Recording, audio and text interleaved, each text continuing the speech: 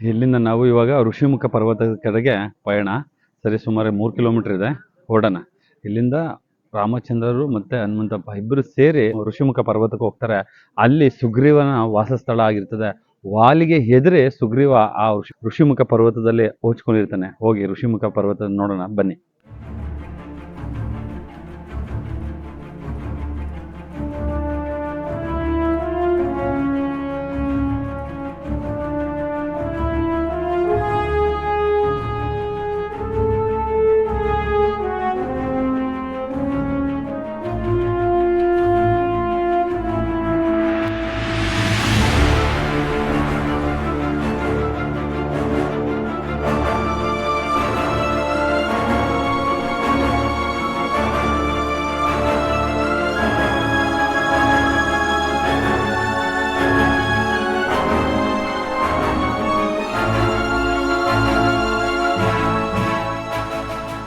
ನಾವೇನ್ ಇವಾಗ ಹೋಗ್ತಾ ಇದೀವಲ್ಲ, ಇಲ್ಲಿ ಸುಗ್ರೀವ ಇರ್ತಕ್ಕಂಥ ಜಾಗ. ಈ ಒಂದು ಜಾಗಕ್ಕೇನೆ ಪ್ರಭು ಶ್ರೀರಾಮಚಂದ್ರನ ಹನುಮ ದೇವರು ಕರ್ಕೊಂಡು ಬರ್ತಾರೆ. ಅವರಿಬ್ಬರ ಭೇಟಿಯಾದ ಜಾಗ. ಭೇಟಿಯಾದಾಗ ಏನಾಯ್ತು ಅಂತ ಹೇಳಿ ನೋಡೋಣ. ನಾವು ಹೋಗೋಣ ಬನ್ನಿ.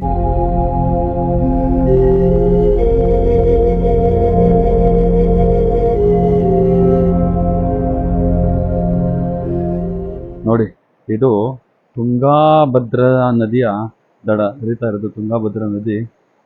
ಇದನ್ನ ದಾಟಿ ನಾವು ಮೇಲಕ್ಕೆ ಹೋದ್ರೇನೆ ಋಷಿಮುಖ ಪರ್ವತ ಸಿಗುತ್ತೆ. ನಾವು ಅಲ್ಲಿಂದ ಇವಾಗ ಕಿಷ್ಕಿಂಧೆಯಿಂದ ಋಷಿಮುಖ ಪರ್ವತದೆಡೆಗೆ ಹೋಗ್ತಾ ಇದೀವಿ. ಈ ಜಾಗ ಎಲ್ಲ ಹಂಪೆ ಜಾಗಕ್ಕೆ ಸೇರ್ತೈತೆ. ಅಂಜನಾದ್ರಿ ಬೆಟ್ಟದಿಂದ ಇಲ್ಲಿಗೆ ಬರಬೇಕು ಅಂತಂದ್ರೆ 1.5 ಕಿಲೋಮೀಟರ್ ಪ್ರಯಾಣ ಮಾಡ್ಕೊಂಡು ಬಂದ್ರೆ ಈ ಋಷಿಮುಖ ಪರ್ವತ ಸಿಗುತ್ತೆ.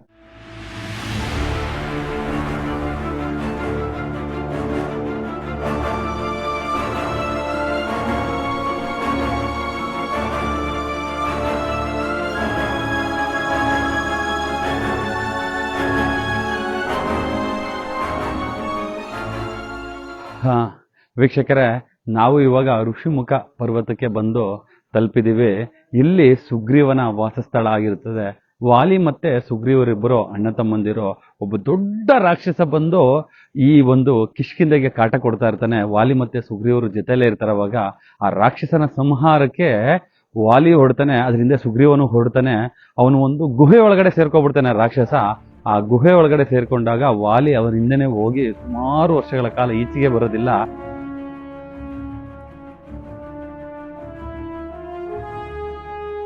ನನ್ನ ತಮ್ಮ ಸತ್ತೋಗ್ಬಿಟ್ಟ ಅಂತ ತಿಳ್ಕೊಂಡು ಸುಗ್ರೀವ ಆ ಒಂದು ಇದನ್ನ ಬಂಡೆನ ಮುಚ್ಚಿಬಿಡ್ತಾನೆ. ಗುಹೆಯ ಬಂಡೆ ಮುಚ್ಚಿಬಿಟ್ಟು ಅವನು ಹೊರಟೋಗ್ಬಿಡ್ತಾನೆ. ಎಷ್ಟು ದಿನ ಆದ್ರೂ ಬರಲಿಲ್ಲ ಅಂತ ಹೇಳಿ.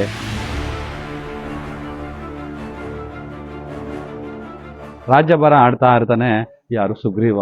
ಅದು ವಾಲಿ ಸುಮಾರು ವರ್ಷಗಳ ನಂತರ ಅವ್ರ ಜೊತೆ ಯುದ್ಧ ಮಾಡಿ ರಾಕ್ಷಸರ ಎಲ್ಲರನ್ನು ಸಂಹಾರ ಮಾಡಿ ಸೀದಾ ಈಚೆಗೆ ಬಂದು ಕೂಗ್ತಾನೆ. ಬಂಡೆ ಮುಚ್ಚಿರ್ತದೆ, ಎಷ್ಟು ಕೂಗಿದ್ರೂ ಸಹ ಇರೋದಿಲ್ಲ. ವಾಲಿ ಸುಗ್ರೀವನ ಸ್ವಾರ್ಥದಿಂದ ನನ್ನನ್ನು ಸಂಹಾರ ಮಾಡೋದಕ್ಕೋಸ್ಕರ ಇದನ್ನು ಮುಚ್ಚಿಬಿಟ್ಟಿದ್ದಾನೆ, ಬಂಡೆ ಮುಚ್ಚಿದ್ದಾನೆ ಅಂತ ತಿಳ್ಕೊಂಡಂತಹ ವಾಲಿ ಆ ಬಂಡೆವನ್ನು ಸರಿಸಿ ಸುಗ್ರೀವನ ಹತ್ರ ಹೋಗಿ ಸುಗ್ರೀವನೊಡನೆ ಘೋರವಾದ ಯುದ್ಧ ಮಾಡಿ ಸುಗ್ರೀವನನ್ನು ಸಾಯಿಸುವಷ್ಟು ಮಟ್ಟಿಗೆ ಹೋಗ್ತಾನೆ.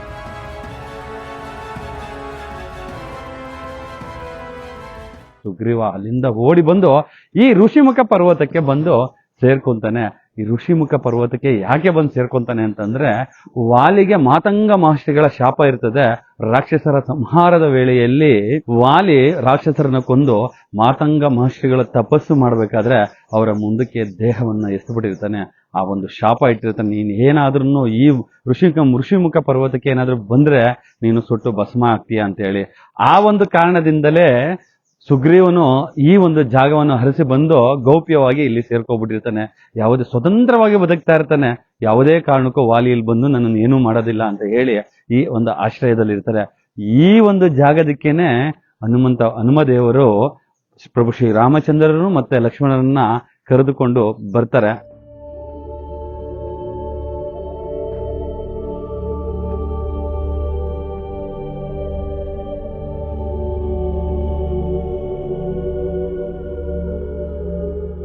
ನಾವು ಗುಹೆ ಒಳಗಡೆ ಹೋಗ್ತಾ ಇದೀವಿ. ಇವಾಗ ಸುಗ್ರೀವ ಇರ್ತಕ್ಕಂತಹ ಗುಹೆ. ಇಲ್ಲಿ ಸುಗ್ರೀವನ ವಾಸಸ್ಥಳ ಆಗಿರ್ತದೆ. ಈ ವಾಸಸ್ಥಳದಕ್ಕೆ ಹನುಮದೇವರು ಪ್ರಭು ಶ್ರೀರಾಮಚಂದ್ರರನ್ನ ಕರೆದುಕೊಂಡು ಬರ್ತಾರೆ. ನೋಡಿ ವೀಕ್ಷಕರೇ, ಇವಾಗ ಏನ್ ನೋಡ್ತಿದೀವಲ್ಲ, ಹನುಮದೇವರು ಮತ್ತೆ ರಾಮ, ಸುಗ್ರೀವ ಮೂರೂ ಜನ ಈ ಒಂದು ಸ್ಥಳದಲ್ಲಿ ಕೂತ್ಕೊಂಡು ಭೇಟಿ ಮಾಡಿಸ್ತಾರೆ. ಆದ್ರೆ ಸುಗ್ರೀವ ಪ್ರಭು ಶ್ರೀರಾಮಚಂದ್ರರನ್ನ ನಂಬೋದಿಲ್ಲ. ನನ್ನನ್ನು ವಾಲಿಯಿಂದ ಮುಕ್ತಿ ಮಾಡಿ ಸ್ವತಂತ್ರಗೊಳಿಸ್ತೀನಿ ಅಂತ ಹೇಳಿದ್ರೆ ನಂಬೋದಕ್ಕೆ ರೆಡಿ ಇರೋದಿಲ್ಲ. ನಿನ್ನಲ್ಲಿರೋ ಶಕ್ತಿ ಪ್ರದರ್ಶನ ಆಗಬೇಕು ಅಂತೇಳಿ ಒಂದೇ ಬಾಣಕ್ಕೆ 100 ಮರಗಳನ್ನ ಕತ್ತರಿಸಲು ಹೇಳ್ತಾನೆ. ಅದರಲ್ಲಿ ಪ್ರಭು ಶ್ರೀರಾಮಚಂದ್ರರು ಅದರಲ್ಲಿ ವಿಜೇತರಾಗ್ತಾರೆ. ಯಾಕಂದ್ರೆ ಆ ಸಮಯದಲ್ಲಿ ಪ್ರಭು ಶ್ರೀರಾಮಚಂದ್ರರಿಗೆ ಇರುವುದೊಂದೇ ಗುರಿ, ಸೀತಾಮಾತೆಯನ್ನ ತಲುಪಬೇಕು ಅಂತ ಹೇಳಿ ಅದಕ್ಕೋಸ್ಕರ ಅವರು ಅದನ್ನ ಮಾಡಿ ತೋರಿಸ್ತಾರೆ. ತನ್ನ ಶಕ್ತಿ ಪ್ರದರ್ಶನ ಮಾಡಿ ತೋರಿಸಿದಾಗ ಸುಗ್ರೀವನು ನಂಬಿ ಅವರಿಗೆ ಅಗ್ನಿ ಸಾಕ್ಷಿಯಾಗಿ, ನೋಡಿ ಅಗ್ನಿ ಜಲಿಸ್ತು, ಅದರ ಸಾಕ್ಷಿಯಾಗಿ ನಿಮಗೆ ಕಾಣಿಸ್ತಾ ಇದೆಯಲ್ಲ ನೋಡಿ, ಅಗ್ನಿ ಸಾಕ್ಷಿಯಾಗಿ ತಾನೆ ಇವಾಗ ಹಚ್ಚಿದ್ದಾರೆ. ನಮ್ಮ ಪುಣ್ಯ ಇರಬೇಕು, ಭಗವಂತನ ಆಶೀರ್ವಾದ ಕೂಡ ಅದಿರಬೇಕು. ಅಗ್ನಿ ಸಾಕ್ಷಿಯಾಗಿ ಸುಗ್ರೀವನು ಪ್ರಭು ಶ್ರೀರಾಮಚಂದ್ರರಿಗೆ ಮಾತು ಕೊಡ್ತಾರೆ, ನಾನು ಸೀತಾಮಾತೆಯನ್ನು ಹುಡುಕೋದಿಕ್ಕೆ ನಿಮಗೆ ಸಹಾಯ ಮಾಡ್ತೀನಿ ಅಂತ ಹೇಳಿ.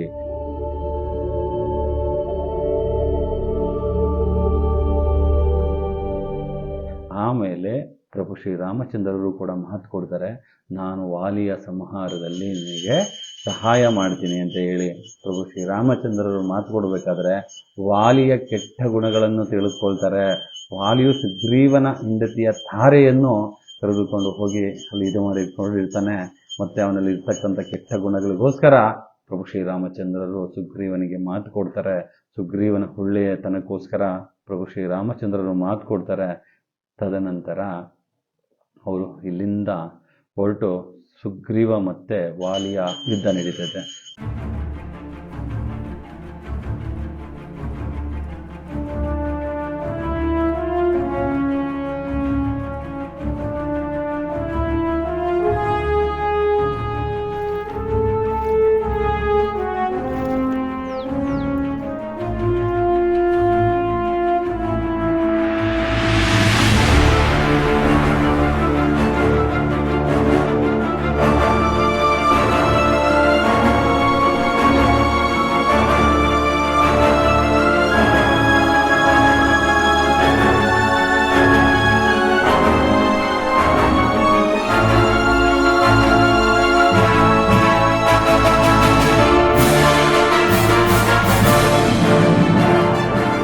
ವೀಕ್ಷಕರೇ, ಅಲ್ಲಿ ಸುಗ್ರೀವನಿಗೆ ಮಾತು ಕೊಟ್ಟಂತಹ ಪ್ರಭು ಶ್ರೀರಾಮಚಂದ್ರರು ತದನಂತರ ವಾಲಿ ಮತ್ತೆ ಸುಗ್ರೀವರು ಇಬ್ಬರು ಯುದ್ಧದಲ್ಲಿ ಪ್ರಥಮ ಯುದ್ಧ ಪ್ರಾರಂಭವಾಗುತ್ತದೆ. ಆವಾಗ ಪ್ರಭು ಶ್ರೀರಾಮಚಂದ್ರರಿಗೆ ನಾನು ಏನ್ ಮಾಡ್ಬೇಕು ಅನ್ನೋದನ್ನೇ ತಿಳಿಯೋದಾಗುತ್ತೆ. ಯಾಕಂದ್ರೆ ಅವರಿಬ್ಬರು ಅವಳಿ ಜವಳಿ ಮಕ್ಕಳಾಗಿ ಹುಟ್ಟಿರ್ತಾರೆ, ಇಬ್ರು ಒಂದೇ ತರ ಇರ್ತಾರೆ. ಆದ ಕಾರಣ ಅವರು ಆ ಯುದ್ಧದಲ್ಲಿ ಸುಗ್ರೀವನು ಮತ್ತೆ ಸೋತೋಗ್ಬಿಡ್ತಾನೆ. ಆ ಒಂದು ಜಾಗದಲ್ಲಿ ನಾವು ನಿಂತಿದ್ದೀವಿ. ತದನಂತರ ಇನ್ನೊಂದು ಯುದ್ಧ ಆಗುತ್ತೆ. ಆ ಯುದ್ಧ ಆದ ಸ್ಥಳ ನಿಮಗೆ ನಾನು ತೋರಿಸ್ತೀನಿ, ಬನ್ನಿ ವೀಕ್ಷಕರ. ಇದು ಚಿಂತಾಮಣಿ ಅಂತ ಸ್ಥಳ ಇದೆ. ಇದು ಕಿಷ್ಕಿಂಧೆಯ ಒಂದು ಭಾಗ ಕೊಪ್ಪಳದಲ್ಲಿದೆ, ಹಂಪೆಯ ಭಾಗದಲ್ಲಿ ಸಹ ಇದೆ. ಈ ಒಂದು ಜಾಗದಲ್ಲೇನೆ ಕೂಡ ಇಲ್ಲಿಂದ ಸ್ವಲ್ಪ ಭಾಗದಲ್ಲಿ ಪ್ರಭು ಶ್ರೀರಾಮಚಂದ್ರರು ಅವರನ್ನ ಸಂಹಾರ ಮಾಡ್ತಾರೆ. ನಾವಿವಾಗ ಏನು ನೋಡ್ತಾ ಇದೀವಲ್ಲ, ಇದು ಚಿಂತಾಮಣಿ ಅಂತ ಹೇಳ್ಬಿಟ್ಟು ಇದನ್ನ ಕರೀತಾರೆ. ಇಲ್ಲಿಂದ ಅಲ್ಲಿಂದ ಒಂದು 3 ರಿಂದ 4 ಕಿಲೋಮೀಟರ್ ನೀವು ದೂರ ಇಲ್ಲಿಗೆ ಬಂದು ನೋಡಿದ್ರೆ ಇದನ್ನೆಲ್ಲನೂ ನೀವು ನೋಡ್ಬೋದು.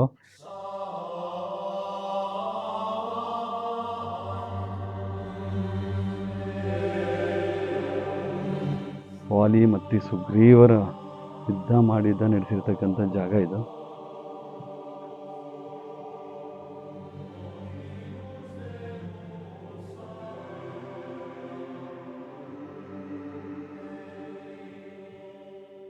ಒಂದು ಬೆಟ್ಟದಲ್ಲಿ ಇವಾಗ ಲಕ್ಷ್ಮೀ ನರಸಿಂಹಸ್ವಾಮಿ ದೇವಸ್ಥಾನ ಇದೆ. ಒಂದು ತುಂಗಾಭದ್ರಾ ನದಿ ದಡ ಇದು. ಈ ಒಂದು ಸ್ಥಳದಲ್ಲೇ ಪ್ರಭು ಶ್ರೀರಾಮಚಂದ್ರರು ನಿಂತು ವಾಲಿಯ ಸಂಹಾರ ಮಾಡ್ತಾರೆ.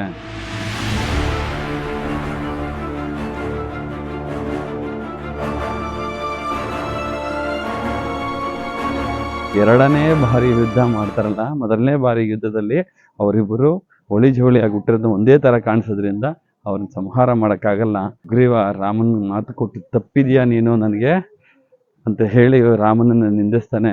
ಪ್ರಥಮ ಬಾರಿಗೆ ಯುದ್ಧ ನಡೆದಾಗ ವಾಲಿಯನ್ನ ಸಂಹಾರ ಮಾಡೋದಕ್ಕೆ ಪ್ರಭು ಶ್ರೀರಾಮಚಂದ್ರರ ಕೈಯಲ್ಲಿ ಆಗ್ಲಿಲ್ಲ. ಇನ್ನು ನೋಡಿದ್ದೀವಿ. ಅದೇ ರೀತಿಯಾಗಿ 2ನೇ ಬಾರಿ ಯುದ್ಧದಲ್ಲಿ ಪ್ರಭು ಶ್ರೀರಾಮಚಂದ್ರರು ಸುಗ್ರೀವನಿಗೆ ಒಂದು ಮಾಲೆಯನ್ನು ಹಾಕಿಸಿ ಅವರಿಗೆ ಯುದ್ಧ ಮಾಡಕ್ಕೆ ಕಳಿಸ್ತಾರೆ. ಆ ಯುದ್ಧ ಮಾಡೋ ಸ್ಥಳ ನಿಮ್ಗೆ ತೋರಿಸ್ತೀನಿ. ಎಲ್ಲಿ ಯುದ್ಧ ಮಾಡ್ತಾ ಇದ್ರು ಪ್ರಭು ಶ್ರೀರಾಮಚಂದ್ರರು, ಎಲ್ಲಿಂದ ಅವರನ್ನ ಸಂಹಾರ ಮಾಡಿದ್ರು, ತನ್ನ ಬಿಲ್ವಿದ್ಯೆಯಿಂದ ಎಷ್ಟು ಪರಿಣಿತರಾಗಿರ್ತಾರೆ ಅನ್ನೋದನ್ನ ಬನ್ನಿ ನಾನು ನಿಮಗೆ ತೋರಿಸ್ತೀನಿ. ಇವಾಗ ನೀವು ಬನ್ನಿ, ನಮಗೇನಾಗಲ್ಲ, ಅಡ್ಜಸ್ಟ್ ಆಗುತ್ತೆ. ನೋಡಿ ವೀಕ್ಷಕರೇ, ಈ ಒಂದು ಜಾಗದಿಂದಲೇ ಪ್ರಭು ಶ್ರೀರಾಮಚಂದ್ರರ ಪಾದನ ಇಟ್ಟಿದ್ದಾರೆ. ಈ ಒಂದು ಜಾಗದಿಂದಲೇ ವಾಲಿ ಮತ್ತೆ ಸುಗ್ರೀವರನ್ನ ನೋಡಿ ಅವ್ರು ಯುದ್ಧ ಮಾಡ್ತಾ ಇರೋ ಜಾಗ ನಿಮಗೆ ತೋರಿಸ್ತೀನಿ. ನೋಡಿ, ಈ ತೆಂಗಿನ ಮರ ಅಂತ ಏನು ಕಾಣಿಸ್ತಿದೆಯಲ್ಲ, ಅದು ಈ ನದಿಯ ಮಧ್ಯಭಾಗದಲ್ಲಿರೋದ್ರಿಂದ ನಾವು ಅಲ್ಲಿ ಹೋಗೋದಕ್ಕೆ ಯಾವುದೇ ರೀತಿಯಾದ ಅವಕಾಶ ಇಲ್ಲ. ಇದಿದ್ರೆ ಹೋಗ್ಬೋದಾಗಿತ್ತು. ಅಷ್ಟು ಒಂದು ಅರ್ಧ ಕಿಲೋಮೀಟ್ರು ಅಂತರದಿಂದ ಪ್ರಭು ಶ್ರೀರಾಮಚಂದ್ರರು ವಾಲಿಯನ್ನ ಸಂಹಾರ ಮಾಡ್ತಾರೆ. ಸಂಹಾರ ಮಾಡಿದಾಗ ತನ್ನ ಪತ್ನಿಯರೆಲ್ಲ ಬಂದು, ವಾಲಿಯ ಪತ್ನಿಯರು ಬಂದು ತುಂಬಾ ದುಃಖಿತರಾಗಿ ರಾಮನನ್ನ ಶಪಿಸಕ್ಕೆ ನಿಂತ್ಕೊಂತಾರೆ. ಆದರೆ ಪ್ರಭು ಶ್ರೀರಾಮಚಂದ್ರರು ಶಾಂತ ಮೂರ್ತಿಯಾಗಿ ಅವ್ರಿಗೆ ಇರ್ತಕ್ಕಂಥ ವಿಚಾರವನ್ನು ಹೇಳಿದಾಗ ಅವರು ಎಲ್ಲರೂ ಸರಿ ಯಾವುದನ್ನೋದನ್ನ ತಿಳ್ಕೊತಾರೆ. ಪ್ರಭು ಶ್ರೀರಾಮಚಂದ್ರರನ್ನ ಸಂಪೂರ್ಣವಾಗಿ ಒಪ್ಕೊಂಡು ಅಲ್ಲಿಂದ ಸುಗ್ರೀವನಿಗೆ ಪಟ್ಟಾಭಿಷೇಕ ಆಗುತ್ತೆ. ಆ ಪಟ್ಟಾಭಿಷೇಕ ಆದಾಗ ಸುಗ್ರೀವನ ಈ ಕಿಷ್ಕಿಂಧೆಯ ನಗರಕ್ಕೆ ರಾಜನಾಗಿ ಮೆರಿತಾ ಹೋಗ್ತಾನೆ.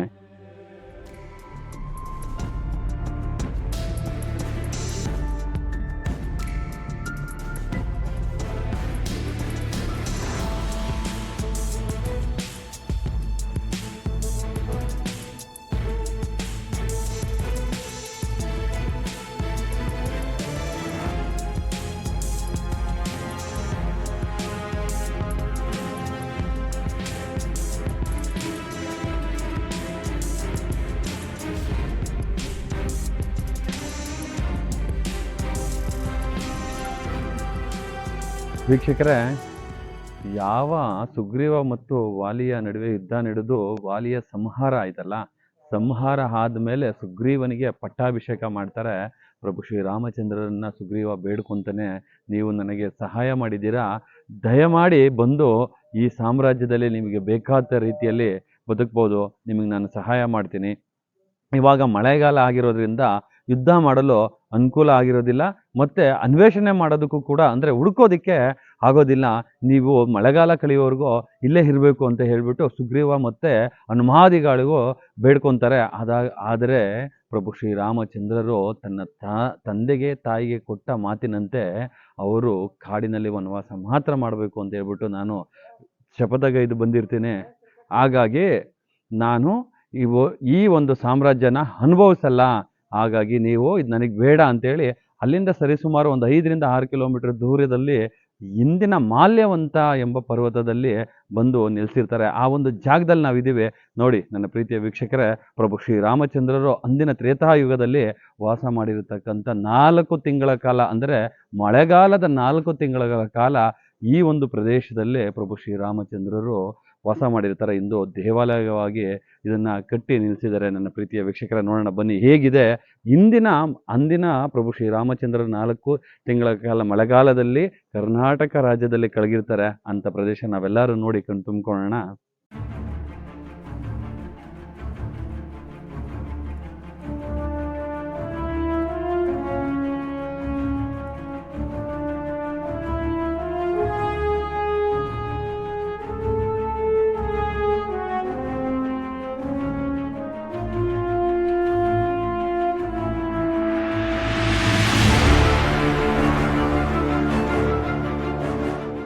ನೋಡಿ ವೀಕ್ಷಕರೇ, ಇವಾಗ ಏನು ನಾವು ನೋಡ್ತಾ ಇದೀವಲ್ಲ, ಈ ಒಂದು ಸ್ಥಳದಲ್ಲಿ ಪ್ರಭು ಶ್ರೀರಾಮಚಂದ್ರರು ಮತ್ತೆ ಲಕ್ಷ್ಮಣನು 4 ತಿಂಗಳ ಕಾಲ, ಅಂದ್ರೆ ಮಳೆಗಾಲದ ಪೂರ್ಣ ಅವಧಿಯನ್ನ ಈ ಒಂದು ಸ್ಥಳದಲ್ಲೇ ಕಳೀತಾರೆ. ನಾವು ಒಳಗಡೆ ನಿಮ್ಗೆ ತೋರಿಸ್ತೀನಿ. ಪ್ರಭು ಶ್ರೀರಾಮಚಂದ್ರರ ದೇವಸ್ಥಾನ ಈ ಒಂದು ಹಂಪೆ ಸ್ಥಳದಲ್ಲಿ ಇದನ್ನ ಮಾಲ್ಯವಂತ ಅಂತ ಅಂದ್ಬಿಟ್ಟು ಕರೀತಾರೆ. ಇಂದು ನೀವು ಬಂದು ಇಲ್ಲಿ ಈ ಸ್ಥಳವನ್ನ, ನೀವು ಎಂದಾದ್ರೂ ಹಂಪೆಗೆ ಬಂದ್ರೆ ಈ ಸ್ಥಳವನ್ನ ನೀವು ನೋಡ್ಬೋದು. ಹೊರಗಡೆಗೆ ಹೋಗ್ತಾ ಇದ್ದೀವಿ. ಪ್ರಭು ಶ್ರೀರಾಮಚಂದ್ರರು 4 ತಿಂಗಳ ಕಾಲ ವನವಾಸದಲ್ಲಿ ಕಳೆದಂತಹ ಜಾಗ. ನಾವೆಂಥ ಪುಣ್ಯವಂತರು ನೋಡಿ ವೀಕ್ಷಕರು, ನೀವೇನು ನೋಡ್ತಾ ಇದ್ರಲ್ಲ, ಪ್ರಭು ಶ್ರೀರಾಮಚಂದ್ರರು, ಸೀತಾಮಾತೆ, ಲಕ್ಷ್ಮಣ, ಆಂಜನೇಯ ಸೇರಿ ಸಮೇತವಾಗಿ ಇದನ್ನು ಮಾಡಿ ಇಲ್ಲಿಟ್ಟಿದ್ದಾರೆ. ಇದೇ ಜಾಗದಲ್ಲಿ ಪ್ರಭು ಶ್ರೀರಾಮಚಂದ್ರರು 4 ತಿಂಗಳ ಕಾಲ ಮಳೆಗಾಲ ಕಳೆದಿರ್ತಾರೆ. ಮಳೆಗಾಲ ಮುಗಿತೈತೆ. ಮಳೆಗಾಲ ಮುಗಿದ್ರೂ ಸಹ ಸುಗ್ರೀವ ರಾಜ್ಯಾಭಿಷೇಕ ಆಯಿತು ಅಂತೇಳಿ ಸುಖಭೋಗದಲ್ಲಿ ಮೆರಿತಾ ಇರ್ತಾನೆ. ಪ್ರಭು ಶ್ರೀರಾಮಚಂದ್ರರಿಗೆ ಸೀತಾದೇವಿ ಇಲ್ಲದೆ ತನ್ನ ನೋವನ್ನು ತಾನೇ ನೊಂದುಕೊಂಡು ಲಕ್ಷ್ಮಣನಿಗೆ ಹೇಳ್ತಾರೆ, ಸುಗ್ರೀವನು ತನ್ನ ಇದರಲ್ಲಿ ಬೆಳೀತಾ ಇದ್ದಾನೆ, ಅವನಿಗೆ ಒಂದ್ಸಲಿ ಎಚ್ಚರಿಸಬೇಕು ನೀನು ಅಂತ ಹೇಳಿದಾಗ ಲಕ್ಷ್ಮಣ ಇಲ್ಲಿಂದ ಸುಗ್ರೀವನ ಸಾಮ್ರಾಜ್ಯಕ್ಕೆ ಹೋಗಿ ಎಚ್ಚರಿಕೆ ಗಂಟೆ ಅಂದರೆ ತನ್ನ ಬಿಲ್ಲಿನ ಕೇಂಕರ ನಾದವನ್ನು ಮಾಡಿದಾಗ ಅಲ್ಲಿರೋ ಸುಗ್ರೀವನಿಗೆ ಅರ್ಥ ಆಗುತ್ತೆ. ಅಷ್ಟು ಶಬ್ದ ಮಾಡ್ತಾರೆ. ಇಲ್ಲಿಂದ ಹೋದ ಲಕ್ಷ್ಮಣ ಸುಗ್ರೀವನಿಗೆ ಏನು ಹೇಳ್ತಾರೆ ಅಂತ ಹೇಳಿ ಸುಗ್ರೀವನಾಗಿರೋ ಸಾಮ್ರಾಜ್ಯಕ್ಕೆ ನಾವು ಹೊರಡೋಣ ಬನ್ನಿ ನನ್ನ ಪ್ರೀತಿಯ ವೀಕ್ಷಕರೇ. ಸುಗ್ರೀವ ಇರುವ ಸಾಮ್ರಾಜ್ಯ ನೋಡ್ಕೊಂಬಂದ್ವಿ. ವಾಲಿ ಇರುವ ಸಾಮ್ರಾಜ್ಯ ನೋಡಬೇಕಲ್ಲ. ವಾಲಿ ಇವಾಗ ಇರ್ತಕ್ಕಂಥ ಬೆಟ್ಟಕ್ಕೆ ಬಂದಿದ್ದೀವಿ. ಈ ಬೆಟ್ಟನ ವಾಲಿ ಬೆಟ್ಟ ಅಂತಲೇ ಕರೀತಾರೆ. ಈ ಒಂದು ಬೆಟ್ಟದಲ್ಲೇ ವಾಲಿ ತನ್ನ ಸಾಮ್ರಾಜ್ಯವನ್ನು ಕಟ್ಕೊಂಡು ಬದುಕ್ತಾ ಇದ್ದಿದ್ದು. ಈ ಒಂದು ವಾಲಿ ಬೆಟ್ಟದಲ್ಲಿನೇ ಇದೇ ಜಾಗದಲ್ಲಿ ಇಟ್ಕೊಂಡು ವಾಲಿ ತನ್ನ ಸಾಮ್ರಾಜ್ಯವನ್ನು ಆಡಳಿತ ನಿವಾರಣೆ ಮಾಡ್ತಾ ಇದ್ದ.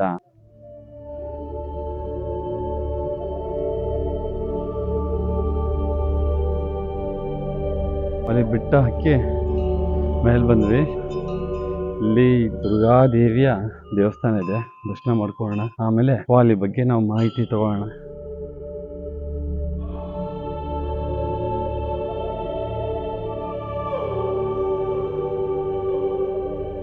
ವೀಕ್ಷಕರೇ, ಇವಾಗ ಏನು ನಾವು ನೋಡಿದ್ವಲ್ಲ, ಈ ಸಂಪೂರ್ಣ ಬೆಟ್ಟ ವಾಲಿಯದಾಗಿತ್ತು. ವಾಲಿ ಯಾವಾಗ ರಾಮನಿಂದ ಸಂಹಾರ ಆಗ್ತಾನಲ್ಲ, ಇದು ಸುಗ್ರೀವನ ಸಾಮ್ರಾಜ್ಯ ಆಗುತ್ತೆ. ಇದೇ ಸಾಮ್ರಾಜ್ಯದಲ್ಲಿನೇ ಸುಗ್ರೀವ ಆಡಳಿತದಲ್ಲಿರ್ತಾನೆ. ಯಾವ ಚತುರ್ಮಾಸ ಅಂದರೆ 4 ತಿಂಗಳ ಕಾಲ ಮಳೆಗಾಲದಲ್ಲಿ ಪ್ರಭು ಶ್ರೀರಾಮಚಂದ್ರರು ನಾವು ವಿಹರಿಸಿದ್ನ ನೋಡ್ತಾ ಇದ್ದೀವಿ. ಆ ಸೀತಾದೇವಿಯ ನೆನಪಲ್ಲೇ ಅವರು ಕಾಲ ಕಳೆದಿರ್ತಾರೆ. ಈ ಸಾಮ್ರಾಜ್ಯವನ್ನು ಆಡಳಿತ ಮಾಡಿಕೊಂಡಿರ್ತಕ್ಕಂತಹ ಸುಗ್ರೀವನನ್ನು ಏನು ಮಾಡ್ತಾನೆ, ಮೈ ಮರ್ತಿರ್ತಾನೆ ಅಂತ ಹೇಳಿ ಲಕ್ಷ್ಮಣನು ತನ್ನ ಕೇಂಕರನಾದ ಅಂದರೆ ಇಲ್ಲಿಂದ 3-4 ಕಿಲೋಮೀಟರ್ ದೂರದಿಂದ ವಿಹಾರ ಮಾಡ್ತಿರ್ತಕ್ಕಂಥ ರಾಮನಿರ ಜಾಗದಿಂದ ಒಂದು ಬಿಲ್ಲಿನ ಕೇಂಕರ ನಾದ ಮಾಡ್ತಾನೆ. ಆ ಕೇಂಕರ ನಾದಕ್ಕೆ ಇಲ್ಲಿ ಸುಗ್ರೀವ ತಟ್ಟು ಬಿದ್ದು ಹೋಗಿರ್ತಾನೆ. ಯಾಕಂದರೆ ಆ ಮರ್ತಿರೋದನ್ನ ಮತ್ತೆ ಎಚ್ಚರಿಸ್ತಾನೆ. ಅಲ್ಲಿಂದ ಲಕ್ಷ್ಮಣ ಇಲ್ಲಿಗೆ ಬರ್ತಾನೆ.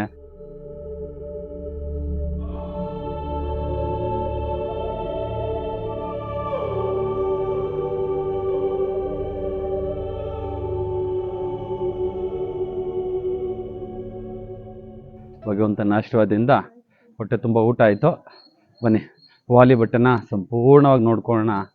ಒಟ್ಟು ಭಾರತ ದೇಶದಲ್ಲಿ ಯಾವ ರಾಜ್ಯದಲ್ಲಿ ಇಷ್ಟು ರಾಜ್ಯಗಳನ್ನ ನಾನು ಪ್ರಯಾಣ ಮಾಡ್ಕೊಂಡು ಬಂದಿದ್ದೀನಿ, ಯಾವ ರಾಜ್ಯದಲ್ಲೂ ಊಟ ಒಂದು ಕಡೆ ಸಿಕ್ಕಿದೆ. ನೇಪಾಳಕ್ಕೆ ಹೋಗಿದ್ದಾಗ ಒಂದು ಕಡೆ, ಅದು ಬಿಟ್ಟರೆ ನಮ್ಮ ಕರ್ನಾಟಕ ರಾಜ್ಯದಲ್ಲಿ ಅತಿ ಹೆಚ್ಚು ಎಲ್ಲ ದೇವಸ್ಥಾನಗಳನ್ನು ಊಟ ಕೊಡೋ ಒಂದು ಸಂಸ್ಕೃತಿ ಇರ್ತೈತೆ. ಟೈಮಿಗೆ ಕರೆಕ್ಟಾಗಿ ಹೊಟ್ಟೆ ಹಸ್ತಾದಾಗ ಒಂಚೂರು ಊಟ ಸಿಕ್ಬಿಟ್ರೆ ಅದಕ್ಕಾಗ ಸಂತೋಷನೇ ಬೇರೆ ಇರ್ತೈತೆ. ನಾವಿವಾಗ ವಾಲಿಯ ಒಂದು ಗುಹೆ ಇದೆ, ಆ ಗುಹೆ ನೋಡಕ್ಕೆ ಹೋಗ್ತಾ ಇದ್ದೀವಿ. ವಾಲಿ ಗುಹೆ ಹೇಗಿದೆ ಅಂತೇಳಿ. ಯಾವ ಊರಿಂದ ಬಂದಿದ್ರೆ? ಹೊಸಪೇಟೆಯಿಂದ ಬಂದ್ರೆ. ಏನು ಹೆಸರು? ನೇಹಾ ಅಂತ. Okay, very good.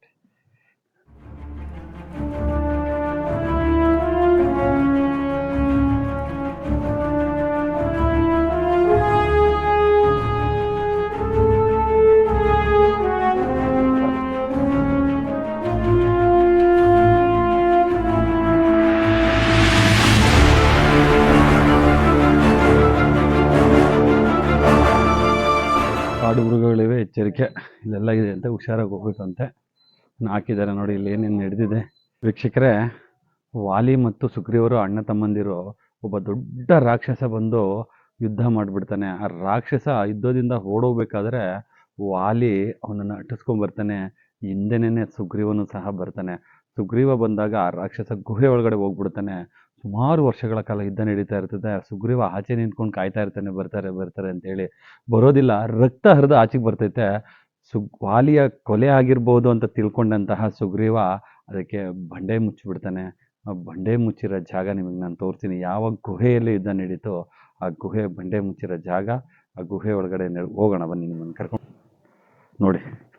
ಅದಕ್ಕೆ ಪೂರಕವಾಗಿ ಇದನ್ನು ಇದು ಮಾಡಿಟ್ಟಿದ್ದಾರೆ. ಇದಂತೂ ಸತ್ಯ. ಗುಹೆ ಒಳಗಡೆ ಹೋಗ್ತಾ ಇರೋದು ರಾಕ್ಷಸ.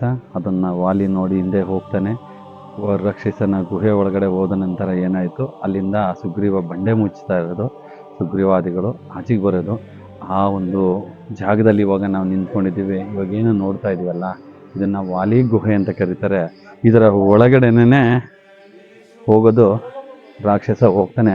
ಅವನ್ನ ಹಿಂಬಾಲಿಸಿ ಹೋದಂತಹ ವಾಲಿ ಆಚೆ ಸುಗ್ರೀವ ನಿಂತ್ಕೊಂಡಿರ್ತಾನೆ. ವಾಲಿ ಒಳಗಡೆ ಹೊರಟು ಹೋಗ್ತಾನೆ. ನಾವು ಇವಾಗ ಗುಹೆ ಒಳಗಡೆ ಹೋಗ್ತಾ ಇದ್ದೀವಿ.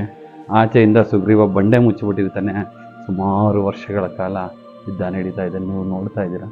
ನಾವು ಹೋಗ್ತಾ ಇರೋದು ಇದು ಒಳಗಡೆ ಹೋಗ್ತಾ ಇದ್ದೀವಿ. ಇಲ್ಲಿ ಏನಿದೆ ಅಂತ ಮಾತ್ರ ಕಾಣಿಸ್ತಾ ಇಲ್ಲ, ನಾನು ಹೋಗ್ತಾ ಇದ್ದೀನಿ.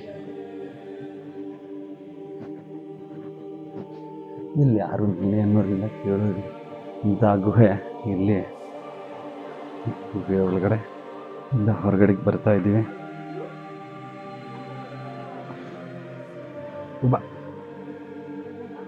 ಬನ್ನಿ ವೀಕ್ಷಕರ, ಅಲ್ಲಿಂದ ಬಂದು ಇದು ಗುಹೆ ಹೊರಗಡೆಗೆ ಹೋಗುವಂತ ಗುಹೆ. ಈ ಒಂದು ಗುಹೆಯ ಬಾಗಿಲನ್ನ ಮುಚ್ಚಿಬಿಡ್ತಾನೆ. ಹೊರಗಡೆಗೆ ಹೋಗಿರ್ತಕ್ಕಂತಹ ವಾಲಿ ಅಲ್ಲೇ ಉಳ್ಕೊಂತಾನೆ. ಸುಗ್ರೀವ ಹೊರಗಡೆ ಉಳ್ಕೊಂತಾನೆ. ಸುಮಾರು ದಿನಗಳ ನಂತರ ಆಚೆ ಬರ್ತಾನೆ. ಆದರೆ ಸುಗ್ರೀವನ ಬಗ್ಗೆ ತಪ್ಪು ಆಲೋಚನೆ ಗ್ರಹಿಸಿದಂತಹ ವಾಲಿ ಸುಗ್ರೀವನೊಡನೆ ಯುದ್ಧ ಮಾಡಕ್ಕೆ ನಿಂತು ಬಿಡ್ತಾನೆ. ನನ್ನನ್ನೇ ಸಾಯಿಸಕ್ಕೆ ಅವಾಗಿಂದ ಹೆದರಿ ಓಡಿದಂತಹ ಸುಗ್ರೀವ ಆಮೇಲೆ ಇಲ್ಲಿ ಬರೋದೇ ಇಲ್ಲ. ನಾವೇನು ಹಿಂದೆ ಚರಿತ್ರೆ ನೋಡಿದ್ವಲ್ಲ, ಅಲ್ಲೋಗಿ ಮಾತಂಗ ಮಹರ್ಷಿಗಳ ಇದರಲ್ಲಿ ಪರ್ವತದಲ್ಲಿ ಹೋಗಿ ಉಳ್ಕೊಂತಾನೆ. ಇಲ್ಲಿ ವಾಲಿ ಉಳ್ಕೊಂತಾನೆ. ಆ ವಾಲಿಯ ಸಂಹಾರ ಆದ್ಮೇಲೆ ಏನು ಈ ಸಾಮ್ರಾಜ್ಯ ನಾವೆಲ್ಲ ನೋಡಿದ್ವಲ್ಲ, ಆ ಸಾಮ್ರಾಜ್ಯನ ಸುಗ್ರೀವನ ಆಡಳಿತದಲ್ಲಿ ಇರ್ತದೆ. ಸುಗ್ರೀವನ ಆಡಳಿತದಲ್ಲಿರ್ತಕ್ಕಂಥ ಸಾಮ್ರಾಜ್ಯದಲ್ಲಿ ಪ್ರಭು ಶ್ರೀರಾಮಚಂದ್ರರಿಗೆ ಸಹಾಯ ಮಾಡಬೇಕು ಅಂತ ಹೇಳಿ ಕೇಳಿದಾಗ ಲಕ್ಷ್ಮಣ ಇಲ್ಲಿಗೆ ಬರ್ತಾನೆ. ಲಕ್ಷ್ಮಣ ಬಂದಾಗ ಅವನು ತುಂಬ ಕೋಪಿಷ್ಠನಾಗಿ ಬಂದಿರ್ತಾನೆ. ಅವನನ್ನು ಶಾಂತಗೊಳಿಸಿದಂತಹ ಸುಗ್ರೀವನ ಹೆಂಡತಿ ತಾರೆಯು ಶಾಂತನಾಗು ಅಂತ ಹೇಳಿ ಅವನನ್ನು ಸಮಾಧಾನ ಮಾಡಿ ಅಲ್ಲಿಗೆ 3 ಲಕ್ಷ ಕಪಿ ವೀರರನ್ನ ಈ ಒಂದು ಜಾಗಕ್ಕೆ ಕರೆಸ್ಕೊಂತಾರೆ.